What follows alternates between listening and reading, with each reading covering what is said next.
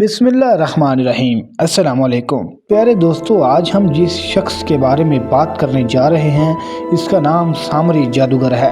قرآن مجید کی سورۃ طٰہٰ یعنی سورۃ نمبر 20 میں اس شخص کا واقعہ بیان ہوا ہے۔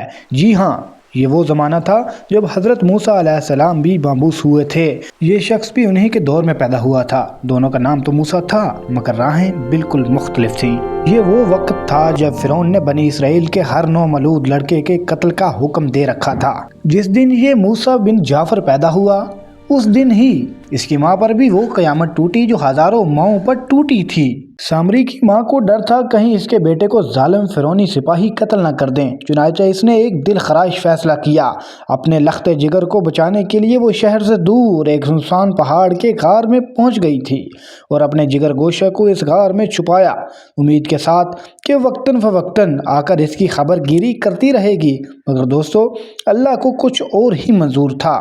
تفسیر روح المانی میں لکھا ہے کہ اللہ تعالیٰ نے حضرت جبرائیل علیہ السلام کو حکم دیا کہ وہ بچے کی پرورش کریں، اس کی حفاظت کریں اور غذا فراہم کریں۔ کہا جاتا ہے کہ حضرت جبرائیل علیہ السلام نے اپنی ایک انگلی پر شہد اور دوسری پر مکھن اور تیسری پر دودھ لگاتے اور پھر انگلیاں بچے کے منہ میں لگاتے، یوں وہ پل کر جوان ہوتا گیا۔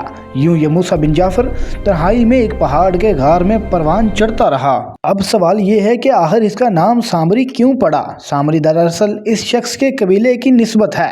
مورخین کا کہنا ہے کہ اس دور میں سامر کا ایک قبیلہ موجود تھا اور موسیٰ بن جعفر اسی قبیلے سے تھا۔ اس کی نسبت سے لوگ اسے سامری کہنے لگے تھے۔ اب آگے اس بدبخت سامری کا عبرتناک واقعہ سنیں۔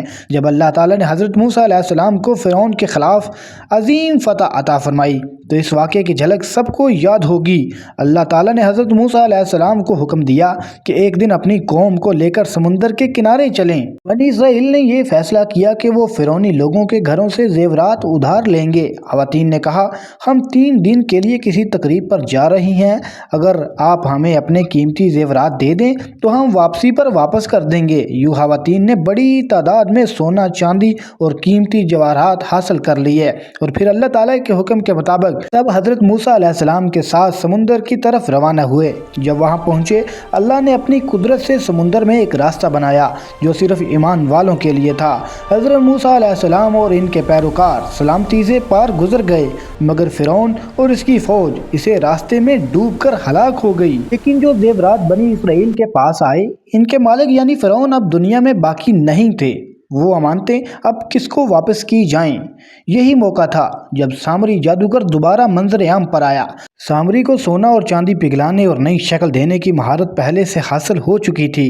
اس نے بنی اسرائیل سے کہا، یہ سب زیورات مجھے دے دو، میں ان کو پگھلا کر آسان شکل دے دوں گا۔ بنی اسرائیل نے یہ کام سامری کے حوالے کر دیا۔ ادھر بنی اسرائیل نے حضرت موسیٰ علیہ السلام سے درخواست کی کہ اللہ کی طرف سے کوئی کتاب دی جائے جس پر عمل کر کے وہ دنیا اور آخرت میں کامیاب ہو سکیں۔ اللہ تعالیٰ نے حضرت جبرائیل علیہ السلام کو بھیجا اور حضرت موسیٰ علیہ السلام کو کوہ طور پر لے جانے کا حکم دیا تاکہ وہاں ایک ہدایت بھری کتاب دی جائے۔ اسی دوران سامری نے زمین پر آ کر حضرت جبرائیل علیہ السلام کے گھوڑوں کے قدموں کے نشان دیکھے۔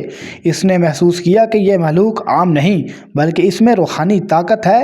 اس نے زمین کی کچھ خاص میٹھی اٹھا کر ایک تھیلے میں بھر لی جو مسلسل حرکت کرتی رہی، گویا اس میں کوئی جان موجود تھی۔ جب حضرت موسیٰ علیہ السلام کوہ طور پہنچ گئے، سامری نے سونا اور زیورات پگھلا کر ایک سونے کا بچھڑا بنایا اور اس میں وہ خاص مٹی ڈال دی۔ بچھڑے سے آوازیں نکلنے لگیں، گویا یہ زندہ ہے۔ بنی اسرائیل یہ دیکھ کر حیران ہو گئے اور اس کی عبادت کرنے لگے۔ یوں سامری نے اپنی چال میں لوگوں کو پھر گمراہی میں دھکیل دیا۔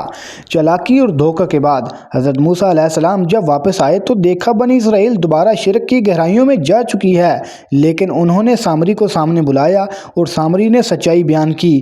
یہ سب کچھ اس نے کیا ہے۔ حضرت موسیٰ علیہ السلام نے سامری کو اس گناہ کا عذاب سنایا، آج کے بعد جو کوئی اسے چھوئے گا اسے نقصان پہنچے گا۔ یوں سامری ایک لعنت زدہ انسان بن گیا اور تنہا اور بیزار زندگی گزارنے پر مجبور ہو گیا۔ یہ واقعہ ہمیں سبق دیتا ہے، جادو نہ صرف خود گمراہی ہے بلکہ دوسروں کو بھی اندھیروں میں دھکیل دیتا ہے۔ جو شخص دوسروں کو گمراہ کرتا ہے وہ صرف اپنی خطا نہیں بلکہ دوسروں کے گناہوں کا بھی بوجھ اٹھاتا ہے۔ سامری کی کہانی یہ سکھاتی ہے کہ پرورش سے کچھ نہیں ہوتا، اصل بات دل کی نیت اور تقدیر کی لکیر ہے۔ حضرت موسیٰ علیہ السلام جو فرعون کے گھر میں پلے، نبی بن گئے اور سامری جو جبرائیل کے ہاتھوں پلایا گیا، گمراہ اور لعنت زدہ بن گیا۔ تو ناظرین یہ تھی آج کی ویڈیو، امید کرتے ہیں آپ سب دوستوں کو پسند آئی ہوگی۔ پسند آئے تو چینل کو سبسکرائب کرنا نہ بھولیں۔